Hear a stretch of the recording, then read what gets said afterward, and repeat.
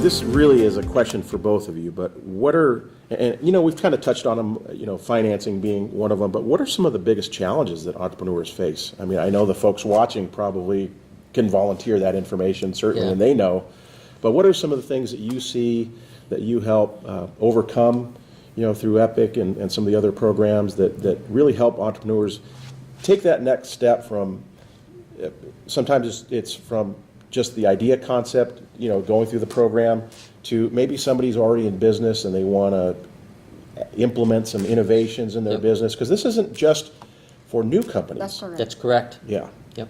Well, it's interesting. We are blessed with a wealth of IP within the university. And interestingly enough, there's Intellectual property. Intellectual property, Yes. Thank you. But within the community, there are also just a tremendous amount of people who have great ideas and just don't quite know what the next steps are. So what we often find is good entrepreneurs or inventors or creative people think their idea is good, but the idea of doing a market validation, is this really something that the market will buy, is important. And let's assume that it is. Then the question is, do you have the right team to deliver on your promise? It's great to have smart technology, but if you don't have a good business person or a marketing person and a well-rounded team, it's very difficult to be successful. Right?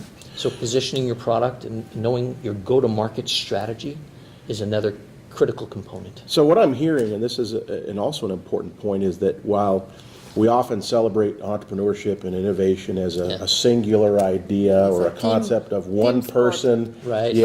Charging forward and creating this amazing company. It really does take a team to put it together. It does. It may be one person that comes up with the idea or the concept, but to implement it and take it to market is far from an individual activity. It's a team sport, as you mentioned. Sport. And I would say also that there is a misconception, maybe because sometimes we see too much in the news about, the young person, like a Mark Zuckerberg, right, starting Facebook and becoming very successful, what it seems to many people overnight.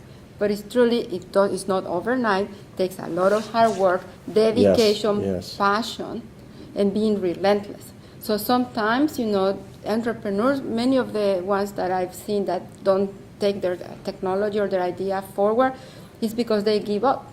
They don't have all the stamina to really get to it and work on it. And that's why, the Startups for Innovator training program, part of that environment is to expose them to what it really takes. So it's hard work, but if you work on it, you are going to make it. And if I might add to that, one of the successes of the class is people who realize that that's not for them. Yeah. They realize either they don't have... Yeah, it's absolutely a big success, all right? Because you come to the conclusion, says either your product wasn't right, or maybe your temperament for trying to be an entrepreneur is not right.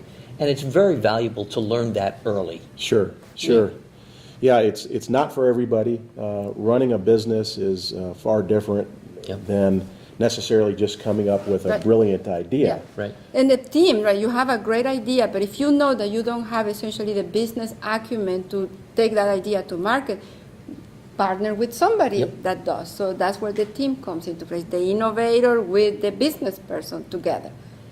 That knowledge becomes and actually shared by people that have done this before. Those are the mentors. Absolutely. Becomes really very viable teams. I found over the years that you have, especially when it comes to academic researchers and folks that maybe specialize in the science side. It seems like there's a couple different camps that they fall into. One, some of those that are really good at business and they can both have that technical strength as well as picking up the business acumen and doing well. And some that are just not interested in the business side. Yeah. They love inventing and working in a lab or inventing things, but they don't want to run a business, and so they are there opportunities for individuals like that that may not want to leave a particular, whether it's a full-time academic position or they've got some other responsibilities, but they like the idea of partnering with somebody to run a business, and they can maybe take an equity position in the company, or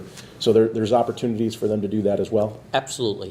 The beauty of the way this is structured, and Roosevelt had such foresight in building not just the class and the curricula, but the mentor program, the advisor program. And what we see a lot of times is teams will come in with a skill in a technology, but they don't have that business acumen. And the mentors are typically significantly successful entrepreneurs who really want to get involved in another idea, and they're just looking for that next new thing. And that marriage sometimes happens real time in the classroom. And so we've both had experiences with teams in the past where the mentor became part of the team, and the team has gotten funding and has moved on to real good success. That's really exciting, and I just know there's so many different great ideas coming out of those brilliant minds at UCR, whether they're professors or students.